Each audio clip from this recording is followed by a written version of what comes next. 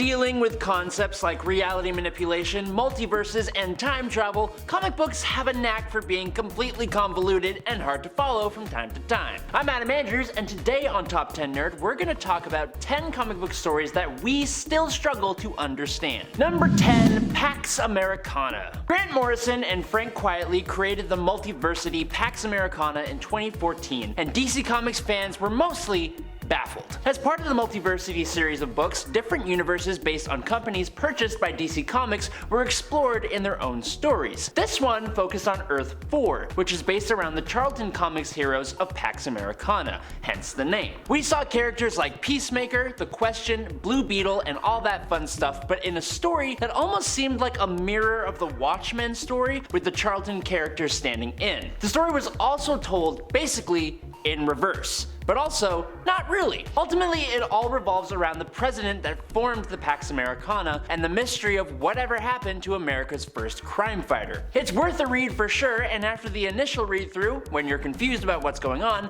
I would maybe look up a guide on how to read it properly and try again. Number 9, Carol and Marcus. This one is not only confusing, but it's a little disturbing too, which I think might also help to make it even more confusing in the long run. So basically, in Avengers 197 from 1980, Carol Danvers, back when she was Miss Marvel, discovers that she is pregnant. She doesn't remember how it happened, and that sweet baby is growing quick. Not 3 issues later, in Avengers 200, Carol pops the little sucker out within days of even finding out she's pregnant. All the Avengers are weirdly excited about it, and they treat Carol like she's the unreasonable one for not being excited. The baby, who has been named Marcus, then grows up into adulthood in basically hours, and reveals that he is actually the son of Immortus, the ruler of Limbo, and one of the different incarnations of Kang the Conqueror. Immortus had Marcus with a woman that he had apparently plucked out of time, but Marcus was trapped in Limbo until he could be born again on Earth. So, Marcus had brought Carol Danvers to Limbo, romanced her with a combination of charm and quote subtle manipulation, and he got Miss Marvel pregnant so that he could be born on Earth. The fact that they then go on to explore the romance before it was retconned is one thing, but it honestly makes absolutely no sense, and it's confusing as hell. Number 8, Odyssey. Wonder Woman Odyssey feels almost like a DC Elseworlds story, like it shouldn't fit into the main timeline, which itself is pretty damn confusing because, guess what? It definitely is not an Elseworlds story. Odyssey was another of DC's attempts to reboot Wonder Woman, erasing all the continuity that had been in the series since Crisis on Infinite Earths, giving us a Diana who had no connection to anyone that she had been interacting with for years in the comic books. The story it tells is not too convoluted itself. It drops us into the middle of the action, making it feel like we've missed a good chunk of the story, but it goes on to tell a pretty linear line of storytelling. It's just so disjointed from the rest of pretty much anything else. But then, it was basically completely unnecessary because the same year that Odyssey ended, the entire DC universe was rebooted with Flashpoint and the New 52, with nothing about Diana's new reboot being carried over. Number 7, Clone Saga. It's hard to know where to start with the Clone Saga. The simplest place is with Ben Reilly, also known as the Scarlet Spider. Ben is the clone of Peter from the 70s, finally returned. The original plan for the character was to reveal that he was actually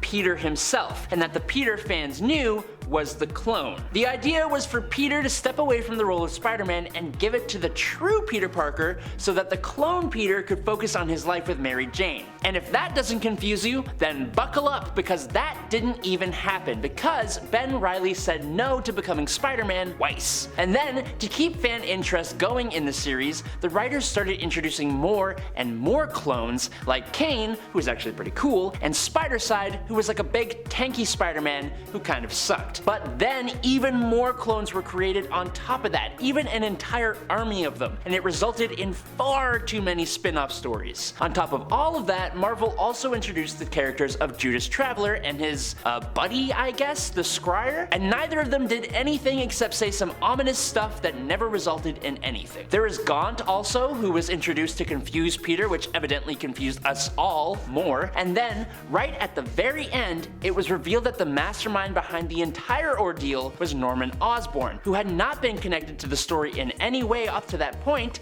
and that's because he had been passed away since the 70s. Do you see? Do you see the issue here? It's confusing. Number 6, Final Crisis.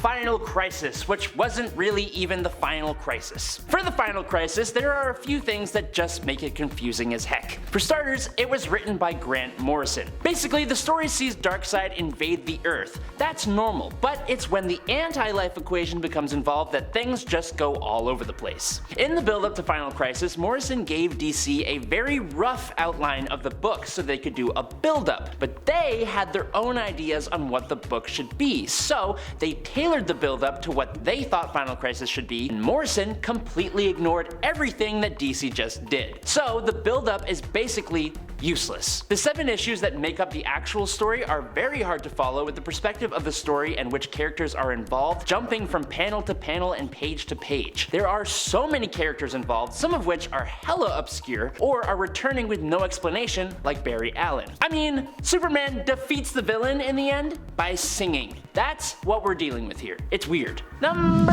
5, Generations. The DC Elseworld stories are some of my favorite ones because largely the stories are self-contained, but it doesn't mean they can't be convoluted. Elseworld's Generations is a great example. Generations basically gets rid of the idea of comic book time, following Batman and Superman's first appearances in the 1930s and then onward in real time. The two heroes basically remain unchanged throughout time, which makes sense for Superman, but for the Dark Knight, he exists forever because he essentially becomes the immortal Ra's al Ghul. It's not too bad, but it's in the 3rd arc of the series, Generations 3, things get really wacky. Centuries pass between each of the 12 issues in the arcs, which is confusing enough if you aren't prepared for it, but then in the final issues, that's when Darkseid invades and time travel rears its nice convoluted head. In the final battle, Batman and Superman are transported back to the 1930s and the first issues from Generations number 1. When the day is finally saved, Supes and Batman lose almost all of their memories and start all over again. Basically, Generations is one big convoluted circle. Number 4, Donna Troy. So, some of the entries on this list won't be so much about single storylines, but even the stories of some comic book characters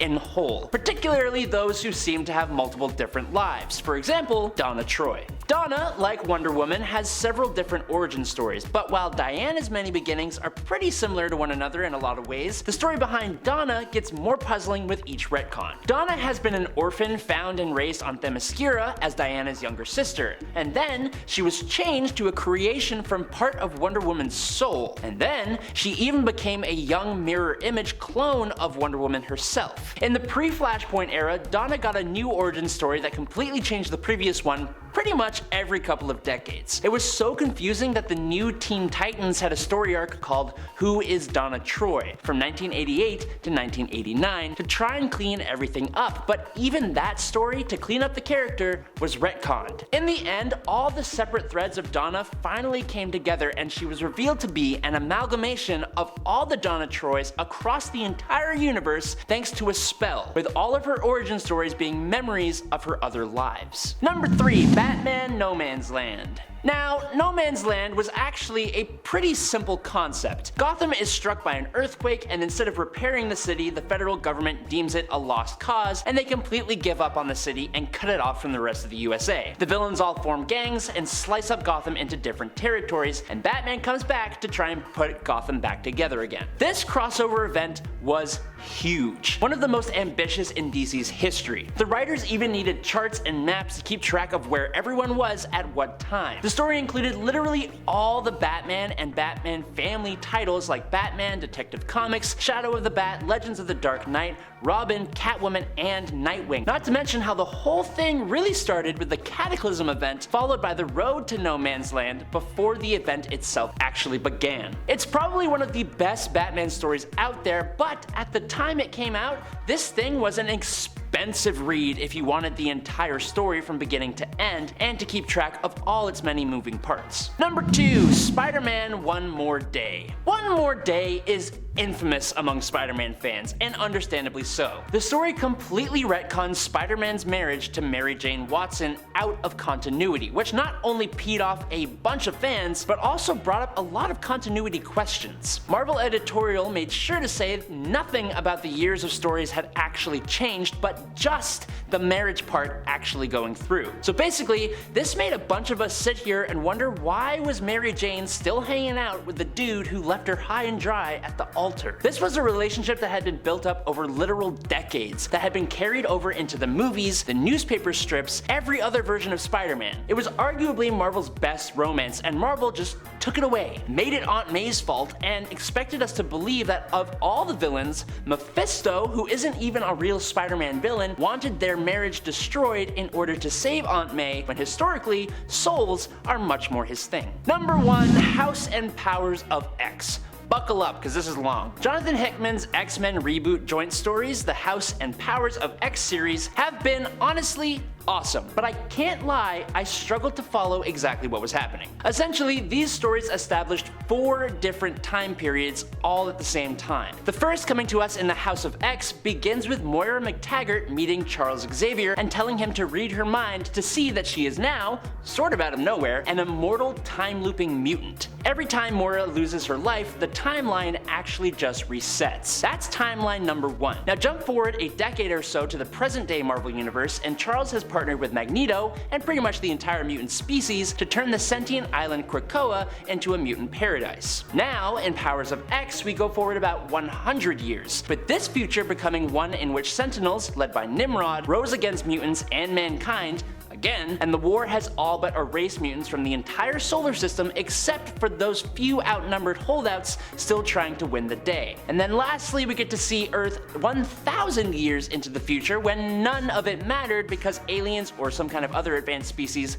took over the Earth. Now, going back to the 100 years in the future storyline, in the end of Powers of X, a doomed mission by the remaining mutants, led by Apocalypse, to learn the exact date that Nimrod is activated is successful, with Wolverine as the final survivor. It's then revealed that Moira McTaggart is still alive thanks to Apocalypse. Wolverine infuses the retrieved date into her conscious memory, and with the info of the exact day Nimrod doomed us all, Wolverine takes her life, resetting the timeline and actually looping the Powers of X story to lead directly to the start of the House of X story, and timeline number 1, which is actually now the present day main story, with Moira basically giving Xavier all the information to stop the mutant machine human war in the first place. Confused? Then my mission is complete. I'm Adam Andrews, this is Top 10 Nerd. I'll catch you all on the flippity flop, but until then, stay safe and peace out, nerds. Whoop, whoop.